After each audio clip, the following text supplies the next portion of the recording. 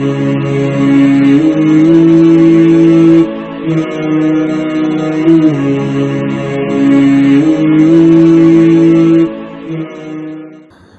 علیکم ورحمۃ اللہ وبرکاتہ۔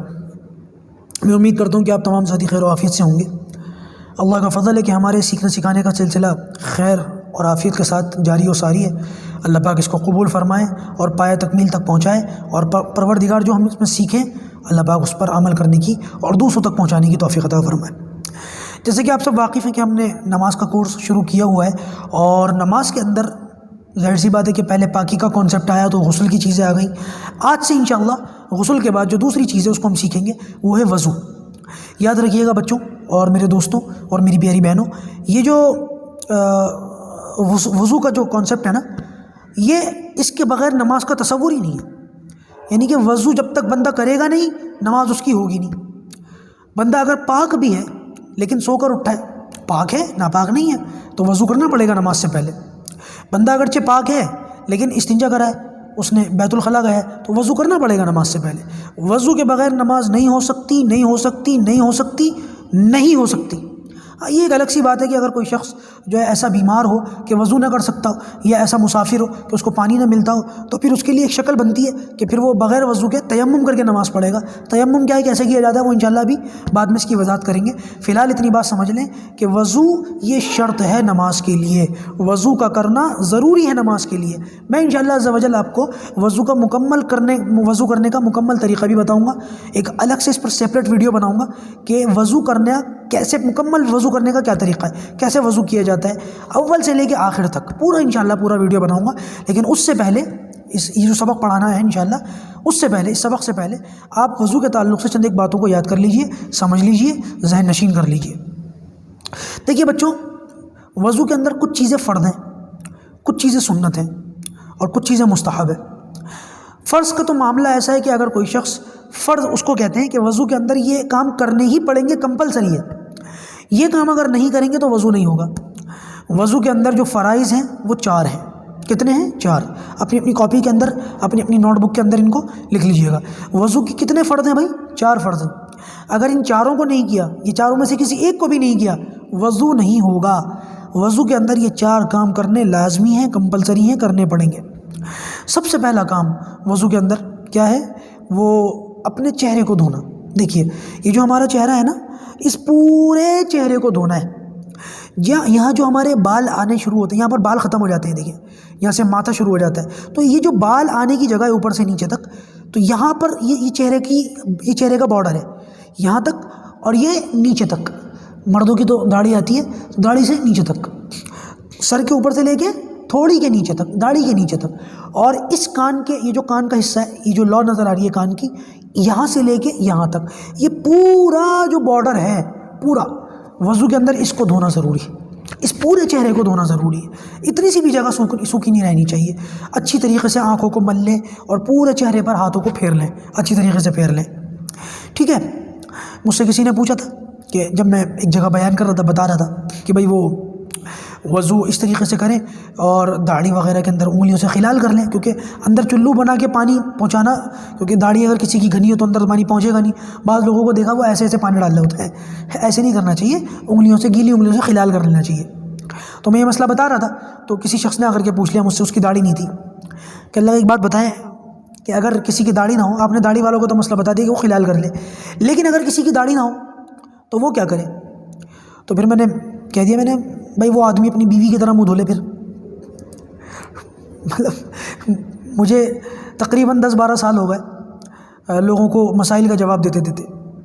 ان 10-12 سالوں میں اتنا تو تجربہ آ گیا کہ پتہ چل جاتا ہے کہ پوچھنے والا واقعی مسئلہ پوچھ رہا یا مزے لینے آیا، تو پھر ہم جواب بھی اسی انداز میں دیتے ہیں۔ جو شخص واقعی مسئلہ پوچھنے آتا ہے، ضرورت مند ہوتا ہے، تو پھر اس کے مسئلے کو حل کرتے ہیں۔ لیکن جب کوئی شخص مسئلہ پوچھنے نہیں آتا، خالی چھیڑنے آتا ہے، علماء کو پریشان کرنے آتا ہے، پھر اسی طریقے سے جواب بھی دیا جاتا ہے۔ جیسے کہ امام ابو حنیفہ رحمۃ اللہ علیہ کے بارے میں آتا ہے کہ کسی شخص نے مزے لینے کے لیے، چھیڑنے کے لیے، پریشان کرنے کے لیے پوچھا کہ حضرت اگر کوئی شخص ندی کے اندر نہا رہا ہو تو اس کا چہرہ قبلے کی طرف ہو یا پیٹھ قبلے کی طرف ہو؟ چھڑنے کے لیے مسئلہ پوچھا تھا۔ ایک شخص ہے، اس زمانے میں شاور وغیرہ تو تھے نہیں، لوگ ندیوں میں بھی نہا لیا کرتے تھے، تو کہنے لگا کہ اگر کوئی شخص ندی کے اندر نہا رہا ہو تو اس کا چہرہ جو ہے وہ قبلے کی طرف ہونا چاہیے یا پیٹھ قبلے کی طرف ہونی چاہیے؟ تو امام صاحب نے فرمایا کہ چہرہ جو ہے کپڑوں کی طرف ہونا چاہیے، کوئی لے کے نہ بھاگ جائے۔ تو اس طریقے سے پھر جواب دیا جاتا ہے۔ خیر بات دوسری طرف چلی گئی۔ عرض یہ کر رہا تھا کہ سب سے پہلا فرض وضو کے اندر وہ ہے اپنے پورے چہرے کو دھونا۔ اس پورے چہرے کا جو ہے خیال رکھیے گا، اس پورے بارڈر کا خیال رکھیے گا۔ کوئی جگہ بھی، بعض لوگ صرف آگے پھیر لیتے ہیں، یہ کانوں کی لو جو ہے یہ خشک رہ جاتی ہے، خشک نہیں رہنی چاہیے، پورا دھلنا چاہیے، پورا اچھی طریقے سے پورا جو ہے ہونا چاہیے۔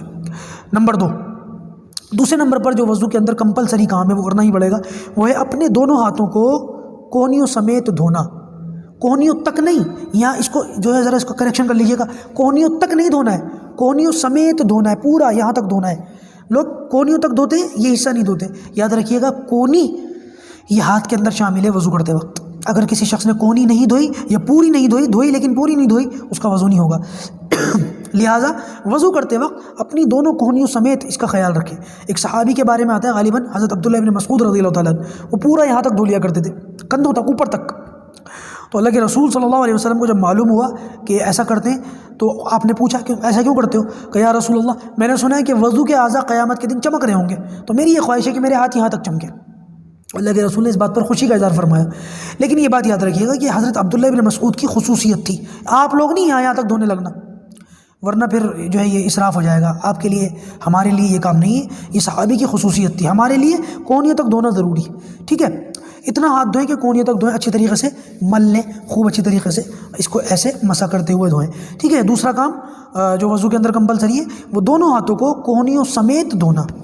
تیسرا کام جو وضو کے اندر ضروری ہے، کمپلسری ہے، فرض ہے، وہ ہے اپنے سر کا مسا کرنا۔ ایکچولی میں تو 1/4 چوتھائی سر کا مسا کرنا یہ فرض ہے۔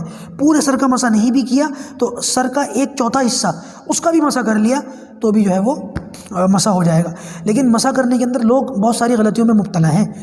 میں کبھی کبھی دیکھتا ہوں نماز پڑھنے جو ہماری مسجد میں لوگ آتے ہیں تو کبھی کبھی کھڑے ہو کر کے دیکھتا ہوں کہ مسے کیسے کیسے کر رہے ہیں، بڑا عجیب عجیب۔ کبھی کبھی تو وہ لمبے لمبے بال، وہ دیکھ لیا ہیرو ہیروئنوں کو، ان کے لمبے لمبے بال ہوتے ہیں، لمبے رکھ لیے اور کیا کرتے ہیں وہ ایسے ایسے ہاتھ پھیر رہے ہیں، گیلا ہاتھ کر لیا ایسے ایسے پھیر رہے ہیں، سمجھ رہے ہیں کہ ہمارا مسا ہو رہا ہے۔ ایسے نہیں ہوتا، مسا کرنے کا بھی پراپر ایک طریقہ ہے۔ وہ وضو کرنے کا پورا طریقہ جب بتاؤں گا نا تو اس کے اندر انشاءاللہ اس کو بتاؤں گا۔ ابھی فی الحال صرف اس کو یاد کر لیں کہ وضو کرتے ہوئے 4 چیزیں فرض ہیں، جس میں تیسرے نمبر پر چوتھائی سر کا 1/4 سر کا مسا کرنا یہ کمپلسری ہے، اور چوتھے اور آخری نمبر پر جو ہے وہ اپنے دونوں پیروں کو ٹخنوں سمیت دھونا۔ ٹخنوں تک نہیں، یہاں پر بھی اس کی کریکشن کر لیجئے گا، ٹخنوں سمیت دھونا۔ لوگ پیر دھوتے ہیں لیکن عام طور سے اس میں غفلت ہو جاتی ہے، ٹخنے نہیں دھوتے، بعض ایڑیاں نہیں دھوتے، بعض دھوتے تو ہیں لیکن انگلیوں کے بیچ میں خلال نہیں کرتے۔ یہ بائیں ہاتھ کی جو چھوٹی انگلی ہے نا، اس کو اپنے پیروں کے انگلیوں کے بیچ میں پھیر لیا کریں تاکہ وہاں پر کوئی جگہ خشک نہ رہ جائے۔ اچھی طریقے سے دھویا کریں، ایڑی کا خیال رکھا کریں اور اپنے ٹخنوں کا خیال رکھا کریں، تو انشاءاللہ آپ کا جو وضو ہوگا وہ سنت کے مطابق ہوگا۔